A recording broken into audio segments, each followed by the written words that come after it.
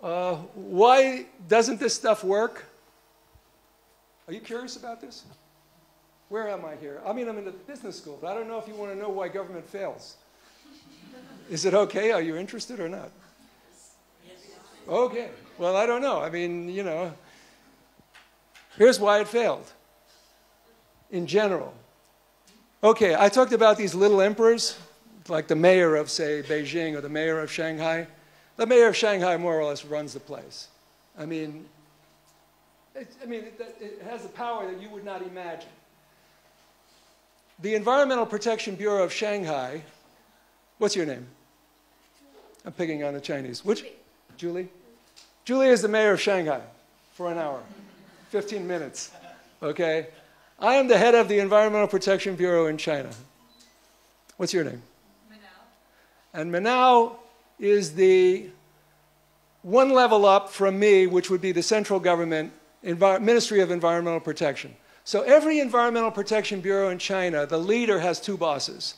Up the vertical line of environment. So if I'm at a township or a county level, I'm going to county, municipality, province, Beijing.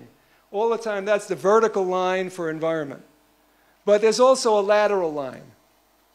So now I'm sorry, I got the names mixed up. Minao? Minao and Julie. Okay, so Julie is the mayor of Shanghai. Manao is my boss in the vertical line. So Manao says, oh, by the way, you have to meet your environmental protection, this code, that code, and so on and so forth. But what happens if I don't listen to Manao? Nothing much. If I don't listen to Julie, first of all, I mean, I have a job, okay, because she hires and fires me. Second of all, my budget may be cut. She sets my budget. Third, she may eliminate half my staff because she sets the staff size. So Beijing could have all the aspirations in the world about cleaning up the environment and have the strictest environmental regulations imaginable, but they're coming down the vertical line. So if I go to a major polluter in Shanghai and I say, hey, I'll talk like an American now. Hey, I got to close you down. You know, this is a problem. I got to close you down. Julie is going to call me up. And she's going to say, oh, by the way, I understand that you visited my cousin's factory. I think it would be better for your health if you didn't. It's over. I mean, it's over. I'm not going near that factory. So there's a misalignment between my incentives as the head of the Environmental Protection Bureau and the central government's aspirations in setting these environmental programs, because all the implementation happens locally. The performance criteria I've already mentioned, that's changing.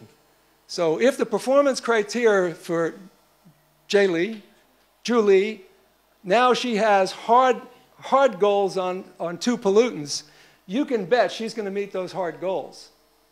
Because if she doesn't meet those hard goals, I'm going to get fired because she expects me to tell her how to meet them. So it's going to happen. That part is going to happen. But that's for the future. They're just starting that part now. The enterprise fees, I already mentioned, they're meeting, oh, I didn't mention that. The reason that even if it's not my cousin in the factory, or not Julie's cousin in the factory, the reason it doesn't matter, it could be any factory, but if the factory is big and a big employer, she doesn't want that factory to close down. As a matter of fact, she doesn't have enough money from the central government to run Shanghai with all she has to do for the hospitals and the schools and everything else. She depends on extracting fees from those firms. I mean, in other words, she has her ways of taking money out of firms. And she needs that money to run the government. So she doesn't want those firms closed. So the firms are going to stay open even if they're polluters. I mean, not all the time. Not all the time. Things are changing, but often. And the environmental agencies, as I mentioned, that's the same as the first point. They have two supervisors, and they only pay attention to one of them.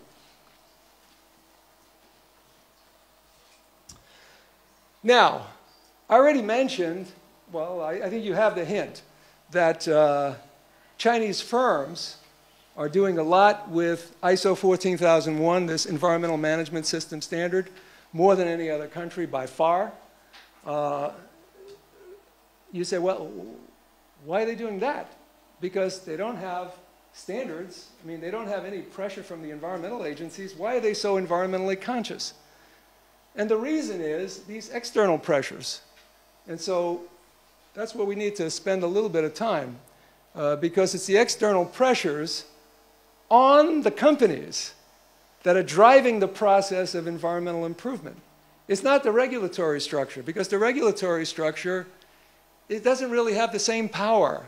It doesn't have enough power to really move the system. But it's the external actors that are moving it.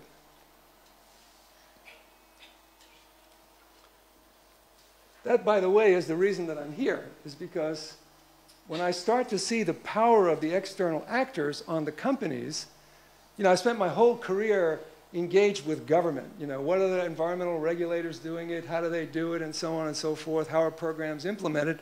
And I find in a very short period of time, you know, like within 10 years, that companies are moving because of other companies. Or they're moving because of these international NGOs, or they're moving because of the press. They're not moving because of government. And I say, wow, you know, maybe this really requires attention, because there must be some reason that firms are being so responsive to these outside forces. And so the course that we'll have together is to probe partly, you know, some of these outside forces and some of the situations that corporations find them in, and also some of the opportunities that companies have to make money by paying attention to environment. Now, traditional economists, I know we have one here, not traditional, but economists, they would say, well, you know, firms are profit maximizers. If there's a way of making money, they'll figure it out. And what are you talking about with this environment stuff? But it turns out that firms often don't pay very much attention to environment. They don't have the information available, so there are information blockages and so on. And so paying attention to environment, which could be the subtitle of my course, paying attention to the environment could provide you good ways of making money. That there's money to be made in the environmental business if you pay attention. I mean, that's the Michael Porter's hypothesis. And it turns out that, yeah, Michael Porter's a professor from Harvard that said this in 1991. And traditional economists have been attacking him ever since, saying it's impossible and so on. But there's nothing but evidence to suggest that if you pay attention to environment, you can make money. So that was the title of a famous book a few years ago, From Green to Gold. Green to Gold, yeah, that's the fellow from Yale, Etsy. Yeah, From Green to Gold.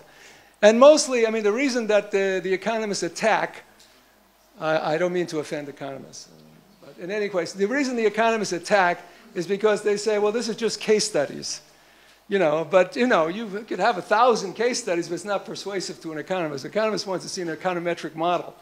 But the modeling is lagging, you see. The modeling, to do the careful modeling, is lagging what we see happening on the ground. We see it happening all over the place. That companies are using environment to create market niche, you know, enter particular markets, use it in their branding, using the corporate social responsibility for branding, for control of reputation and all of that.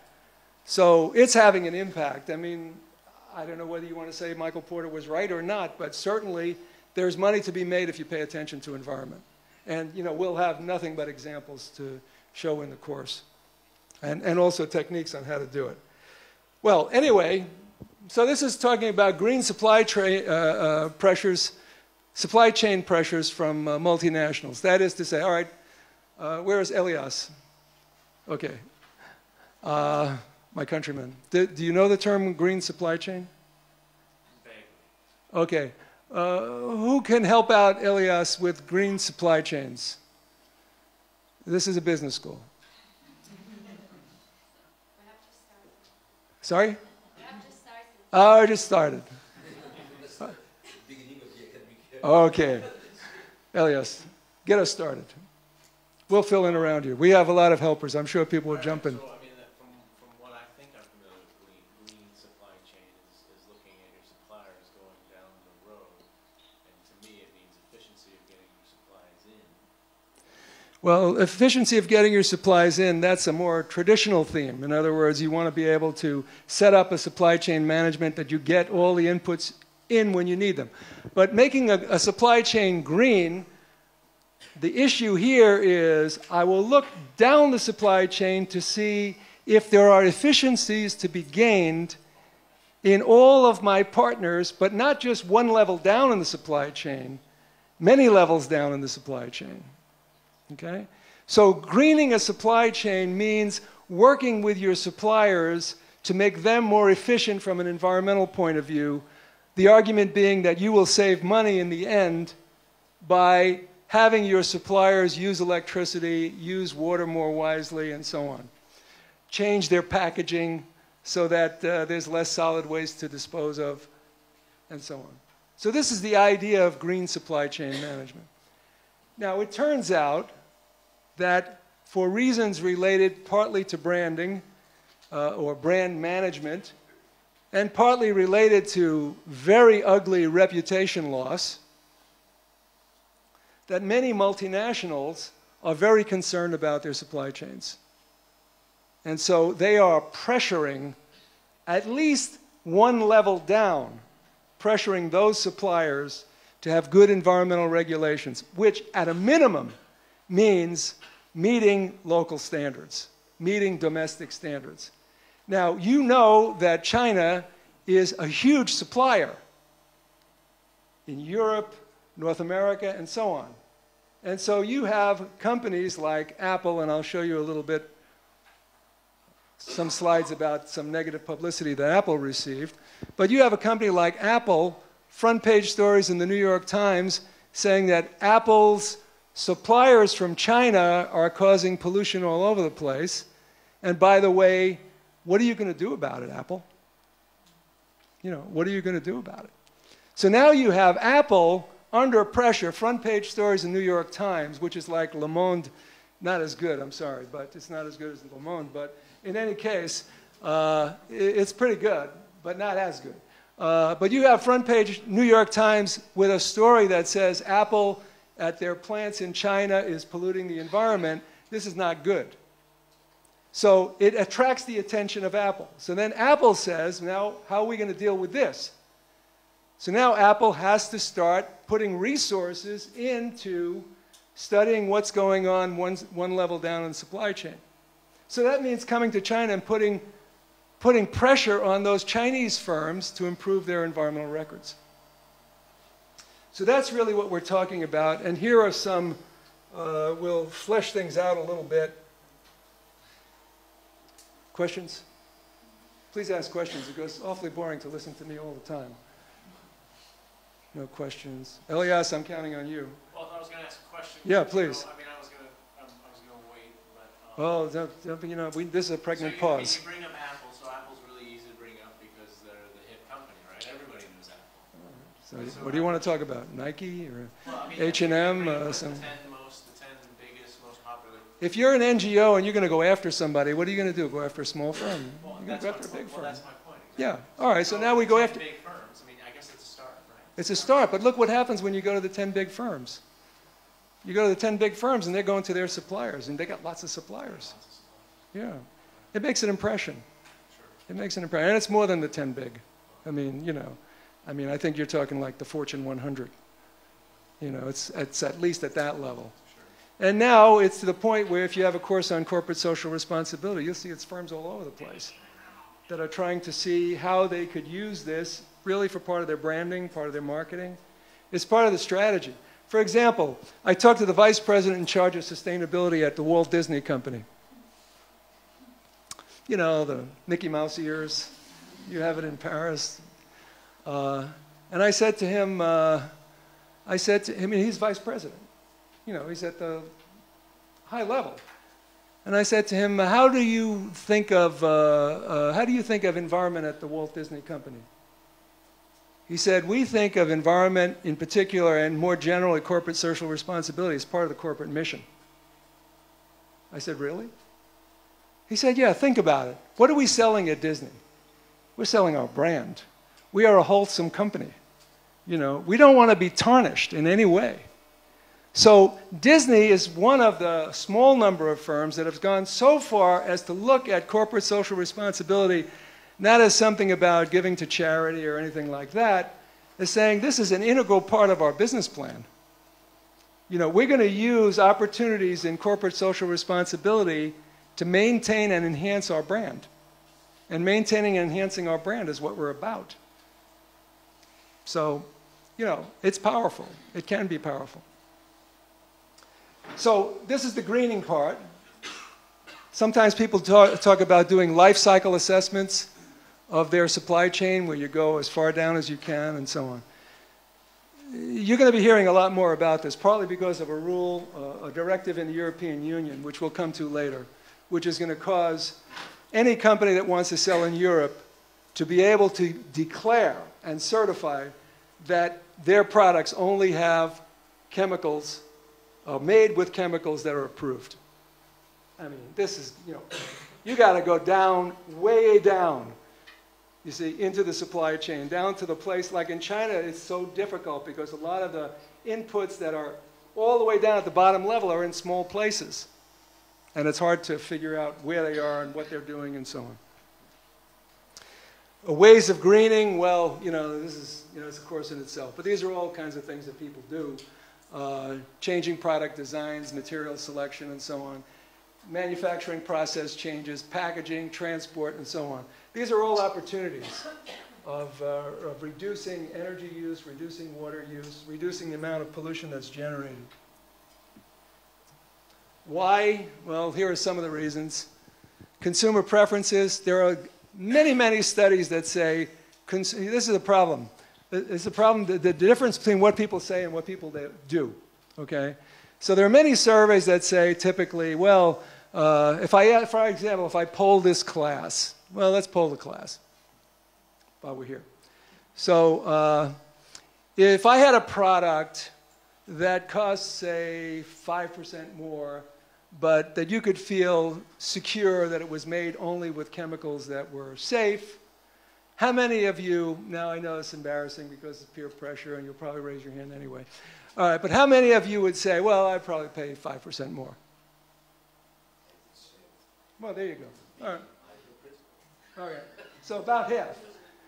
Now, what happens is, this is actually close to the survey results. The survey results are usually, you know, they're usually set a little higher than 5%, more like 10% higher in price. And you usually get about a third of the people say they would pay more. But then you go and see what happens in markets, and it doesn't work that way. They don't, you see? So it's the difference between what people say in surveys and what they actually do. But in any case, what people say in surveys is having some impact on the firms.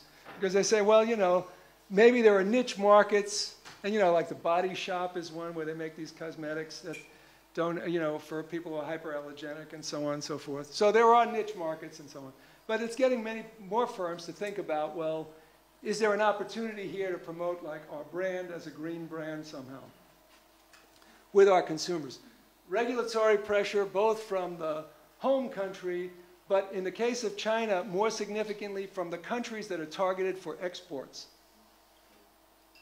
Because those countries are putting pressure, just as I'll explain a little later with this EU regulation, that will put pressure on anybody that's exporting into Europe.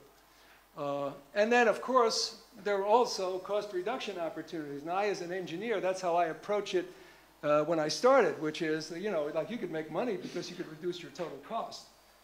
If you use less water and less electricity, obviously costs are going to go down. If you generate less waste, then you have less worry on the other end that you have to deal with this waste. So there are lots of opportunities there. Okay, I have a few examples. Walmart. Can I assume that you know Walmart or something about Walmart? Yeah, okay, well, everybody knows Walmart. All right. So Walmart buys from about 10,000 Chinese suppliers. So in 2008, when Walmart adopted kind of a green posture, it was partly a reaction to its reputation problems, but significantly, the leadership of Walmart felt that there was money to be made. And they're not embarrassed about saying it, that the reason that they went in the green direction is to make money. And in doing so, they announced to their Chinese firms that if they didn't hit certain targets in terms of behaving themselves with respect to Chinese environmental rules, they weren't going to be allowed to supply Walmart. That got a lot of firms' attention.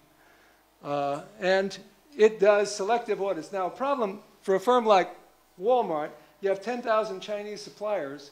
How are you going to check? So they have to do selective checking, and it doesn't, you know, I mean, there are holes in the system. But in any case, they're trying. That's one of the biggest problems for the multinationals, is when you have a lot of suppliers, how do you check? So this is a little example just to show you how things played out. As I mentioned, a lot of these companies viewed paying their fees as being in compliance, which wasn't good enough. Chinese NGOs notified Walmart, and I'll talk about Ma Zheng's Chinese NGO, which is a very important player in this. They monitor what's going on in China, and then when they find suppliers that are in violation, they will contact the parent companies, wherever they are, in Europe, North America, and so on, and say, hey, what are you going to do about this? And the strategy that they take is, instead of blowing the whistle and making a big story out of it, they'd rather work with the multinationals quietly and get a cooperative strategy going, where that multinational is then going to put the pressure on the Chinese company, and the Chinese company is then going to change its ways. So this is a little story here about these two shoe companies in Fujian province.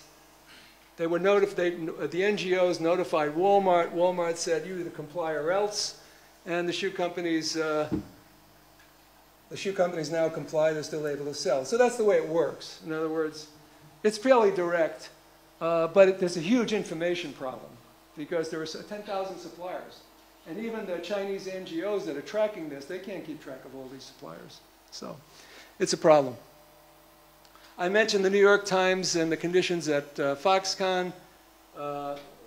This caused Apple to invite the fair, because there was not, Foxconn is the big supplier of, you know, top-level supplier, and of course it has many suppliers underneath it supplying Foxconn.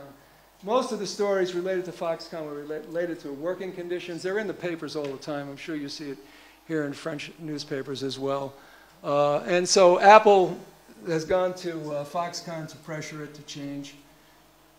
All the big companies, by the way, if you go on the internet and look up their sustainability reports, they all have huge, elaborate, sophisticated, highly resource-intensive sustainability reports. They're putting a lot of effort into it. Here's some statistics from Apple's sustainability report, the most recent one, and it shows that, you know, they stopped doing business with 2 firms. They're focusing on hazardous substances, using the Global Reporting Initiative, the GRA. It's a reporting system for sustainability reporting, but they're requiring their suppliers to use this particular framework. So these are all efforts by Apple to work with their suppliers.